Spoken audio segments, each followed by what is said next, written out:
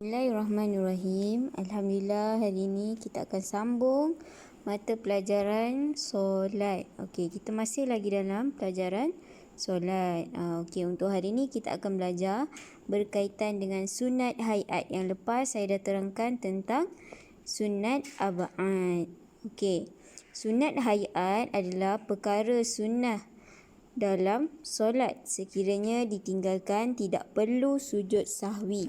Okey, tidak perlu sujud sahwi. Okey, apa perkara-perkara sunat hayat tu?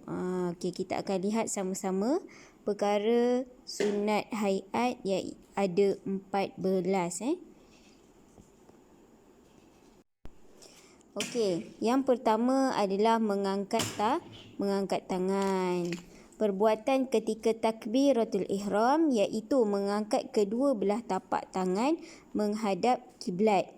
Yang kedua, mengangkat tangan ketika rukuk sebagaimana takbiratul ihram. Jika kita tertinggal, maka tidak perlu menggantikan dengan sujud sahwi. Okey, yang ketiga, mengangkat tangan ketika rukuk seperti takbiratul ihram.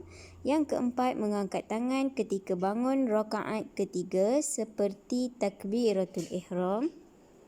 Okey, sunat hayat yang kedua adalah meletakkan perut tapak tangan di bawah dada atau atas pusat, seperti gambar kartun tu. Okey. Okey, yang ketiga pula adalah membaca doa iftitah yang kita selalu baca. Allahu akbaru kabira walhamdulillahi katsira wa subhanallahi bukratan wa asila wajjahtu wajhiya lilladzi fataras samawati wal ardh hanifan musliman wa ma ana minal musyrikin. Inna salati wa nusuki wa mahyaya wa mamati lillahi rabbil alamin la syarika lahu wa bidzalika umirtu wa ana minal muslimin. Itu adalah bacaan doa iftitah. Jika kita terlupa baca, tak perlu digantikan dengan sujud sahwi.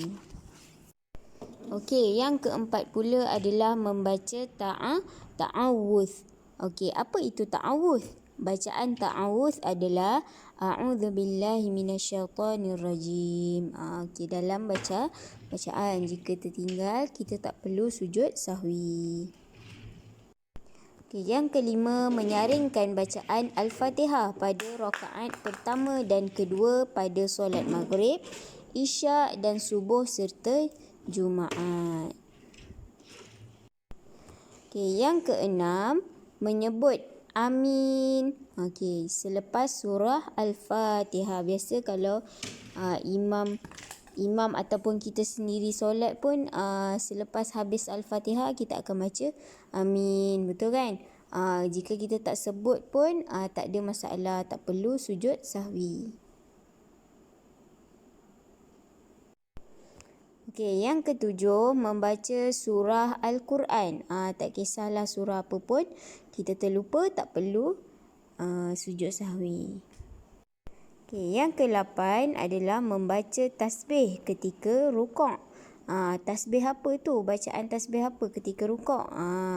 Bacaannya adalah Subhana rabbiyal azimi wa bihamdi. Ada 3 kali. Okey, yang ke-8 pula ke-9 membaca tasbih ketika i'tidal. I'tidal tu ketika apa? Ketika daripada rukuk, sami Allahu liman hamidah. Bangun daripada rukuk. Berdiri tegak selepas rukuk. Macam dalam gambar kartun, dalam gambar tu tangan kat telinga. Okey. Bacaannya adalah Sami Allahu liman hamidah Rabbana walakal hamd. Okey, manakala yang ke-10 pula membaca tasbih ketika sujud. Kita ketika sujud tu ada bacaan tasbih kan? Kalau kita terlupa baca, tak perlu gantikan dengan sujud sahwi. Bacaannya adalah Subhana rabbiyal a'la wa bihamdi. Okey. Yang ke-11, sunat hayat yang ke-11, meletakkan kedua-dua tangan di atas peha dengan melepaskan semua jari selari dengan lutut.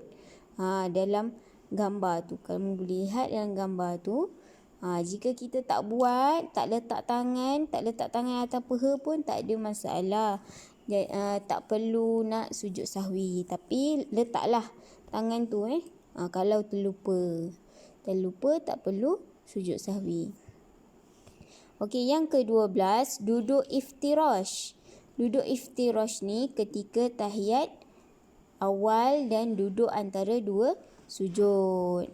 Kalau kita terlupa, tak perlu sujud sahwi.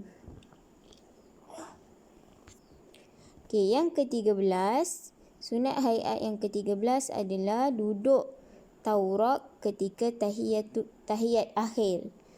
Duduk macam tu. Daripada gambar tu, nampak tak gambar tu? Okey. Okey, dan yang ke-14 adalah salam kedua. Jika salam yang pertama adalah wajib. Jika kita terlupa untuk beri salam yang kedua tu, tak perlu sujud sahwi.